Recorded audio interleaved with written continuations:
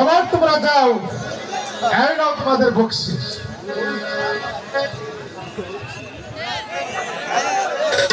এবার যাও।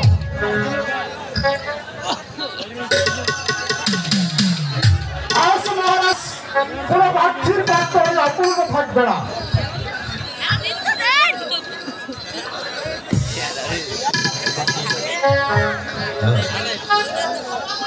আমি আছি একজন বাক্ষী, আমার বাচ্চারা বইল করো রাজা। তুই কি তাহলে রাজার কীর্তিচাঁদের পুত্র সোনা চাপ? আর তুমি কে? আমি এক পথের মানুষ, আমার এই ফরিয়াদ নিয়ে উল্কারে থেকে ছুটে এসেছি মেথিলা রাজের সাথে। দেখি দেখি মেথিলায় মানুষ আছে কি না।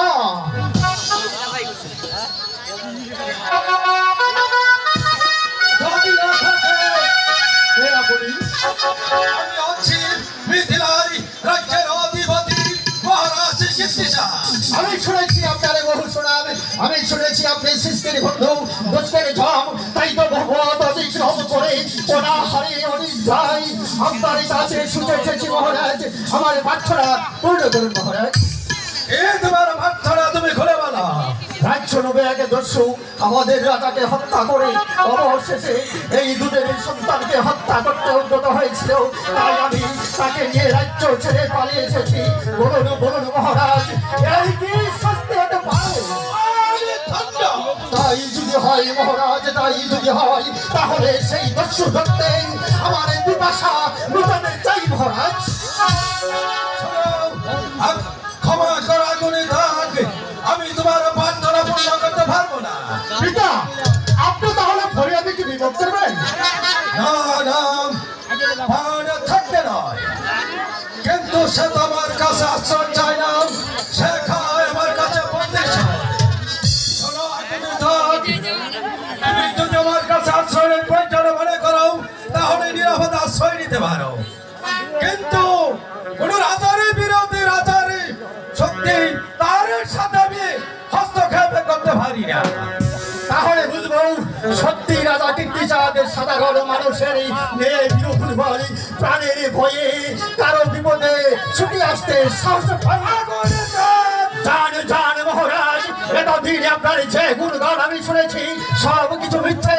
আরো বুঝে নিলাম আমার এই দুর্দিনে রাজা হত্যার এই প্রতিশোধে একখানা অস্ত্র করতে হতো না। পিতা, এরপর আপনি চুপ করে বসে থাকবেন? চলি চলি মহারাজ, ছবি ছাপার বেলায় আমি এই শিশু সন্তানের পরিচয়টুকু আপনার কাছে দিয়ে যাচ্ছি মহারাজ, কারণ বিনা অধিকারে আমি আপনার কাছে সাহায্য চাইতে আসিনি। যে নবাবের ছয়ায় আজ আপনি এই মেথিলাই স্বাধীন রাজা হিসাবে প্রতিষ্ঠিত, সেই নবাব ফিরসারি একমাত্র সন্তান। তুমি তাহলে মামে পড়ে থাকা আমার আমার মহান নবাবী তার শয়তানি হাতে নিহত। এই শিশু হচ্ছে তার একমাত্র সন্তান। হ্যাঁ মহারাজ, এই শিশু তারই সন্তান। ওরে ওরে শোনা চাঁদ, একই শুনছি আমি। মহারাজ, আপনি কি তাহলে এই শিশুর উপকারে আসবেন না? হাজার বার আসবা গুণে থাক, হাজার বার আসবাও। তার জন্য যদি আমার জীবন দিতে হয়, হাসতে হাসতে আমার জীবন তবু নবাবে পুত্রের এতটুকু দুঃখ আমি সইতে দেব। কিন্তু আমাদের এই বেগম শাহবাজে মহারাজ ওই শয়তানেরই কবলে বন্দী। আমি তাকে উদ্ধার করে আনতে জানো। সাধক সুরম বার করা হয়, প্রয়োজন করে আমি বাপুর মৎসনে বেগম সাহাবাকে অধিষ্ঠিত করব। তুমি যাবে, তুমি এখনো অপরিণিত যুবক, তবে আমি রাজা কীর্তিচাঁদের পুত্র রাজা। পারিবে বাবা? পারবো না পারি বলবো, তবু একটা শয়তানকে আমি ওই মস্তদে প্রতিষ্ঠিত হতে দেব না। কিন্তু সেই বিষমের শত্রু সমস্ত রাজ কর্মচারীরা সবাই আজ তারই কথা মেনে চলে যাচ্ছে। শুধু তুমি কেন পারবে? তুমি পারবে না বাবা। নিজেকে লড়াই করার মতো সৈন্য অস্ত্র এসব তুমি কোথায় পাবে বাবা? আপনি আশীর্বাদ করুন পিতা। আপনার আশীর্বাদ না থাকলে আমি উত্তর থেকে ছুটে যাবো ওই মাত্র রাজপ্রাসাদে। তারপর যে শয়তান আমার কর্ম হত্যা করেছে সেই সব শয়তানদেরকে হত্যা করে সারাইবাপুর ভাষীদেরকে জানিয়ে দেবো চুক্তি করতে হলো শাস্তি এই মুহূর্তে আমার আদেশ নিয়ে তুমি মিথিলায় থেকে ইমামপুরে যাত্রা করবে। তারপরে বেগমের সাহেবকে উদ্ধারের জন্য যে তোমার কাছে বিরাট আচরণ করবে সব কথাকে নিয়ে যাবে আমার এই রাজ দরবারে। আমি ওদেরকে এমন শাস্তি দেবো যাতে কোনোদিনই কল্পনা করতে না পারে। ওদেরকে আমি এমন শাস্তি দেবো যে শয়তান আমার বিরুদ্ধে মাথা তুলে দাঁড়াচ্ছে। আমি তাই করবো।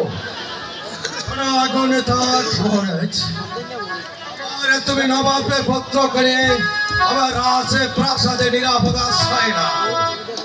আমি কথা দিলাম আগুনে তাক আজ সরকারে দুদিনই পরেই হোক আমি নবাবে পত্র কৌশলকে ওই ইমামপুরের মস্তদে প্রতিষ্ঠিত করব। সেই আশা নিয়ে তো আপনার কাছে ছুটে এসেছি মহারাজ।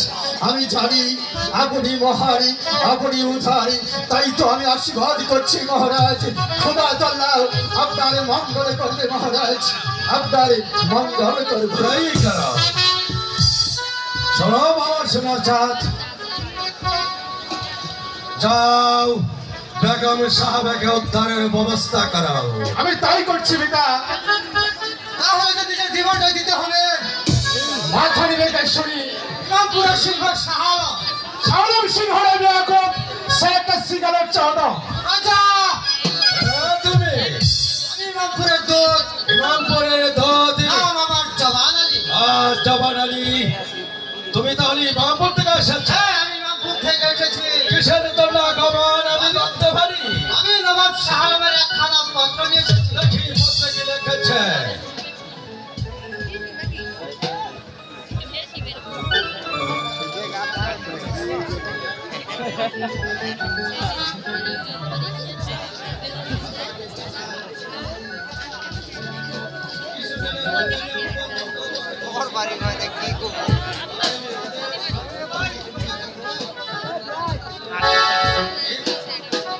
ইমামপুর থেকে যদি কেউ তোমার আশ্রয় কামনা করে তাহলে তাকে বন্দী করে ইমামপুরের রাজে দরবারে পাঠিয়ে দিবেন। ভাবি নবাবের হুকুম তামিল করুন, নতুবা আপনার অমঙ্গল শুনেছি। এটি সাহাল।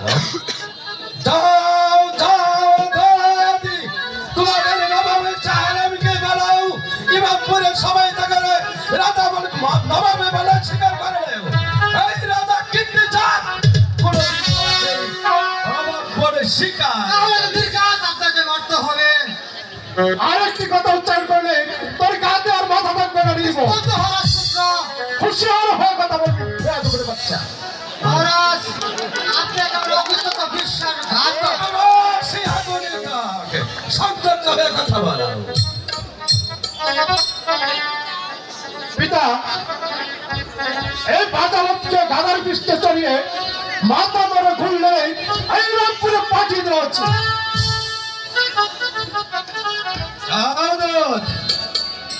শাহালমকে গিয়ে বলাও সে যদি এখনো শয়তানের পথ থেকে সরে না ধারায় তাহলে তাহলে আমি রক্তে ভাসিয়ে দেব, রক্তে ভাসিয়ে দেব ওইভাবে পরে না আসে ভাষা।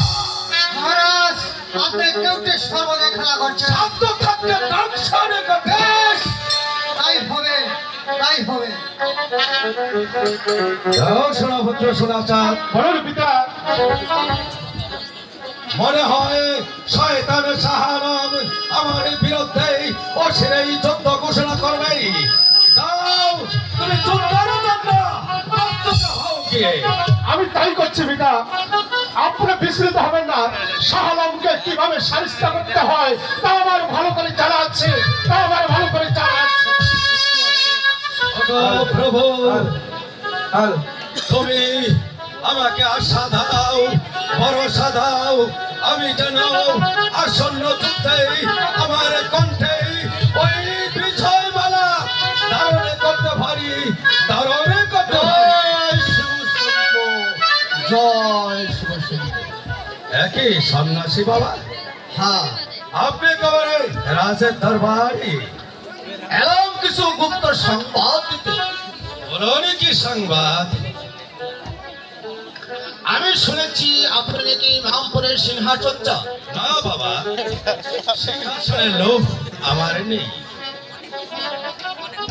আমার সংকল্প আমার জীবনের বিনিময় হলেও ওই নবাবী পুত্র কাউসারকে আমি ওই রাজের দরবারে প্রতিষ্ঠিত করব। যদি এই সংকল্পে আপনার মৃত্যু হয়, তবু একটা দেশের বুকে শান্তি ফিরে আসবে।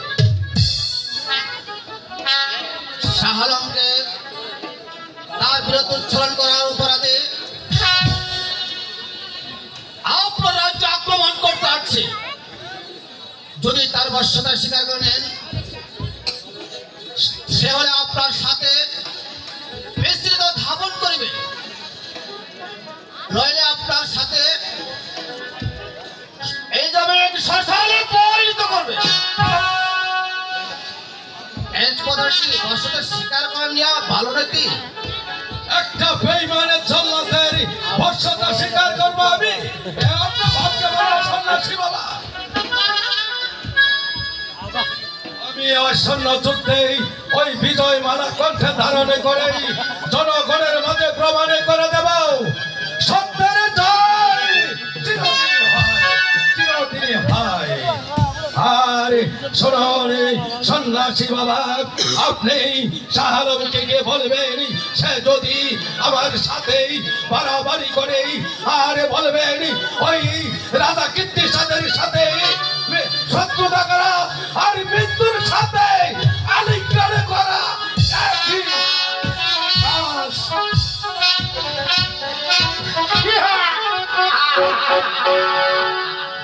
মারবে রাজা কীর্তিচাঁদ, মরবে।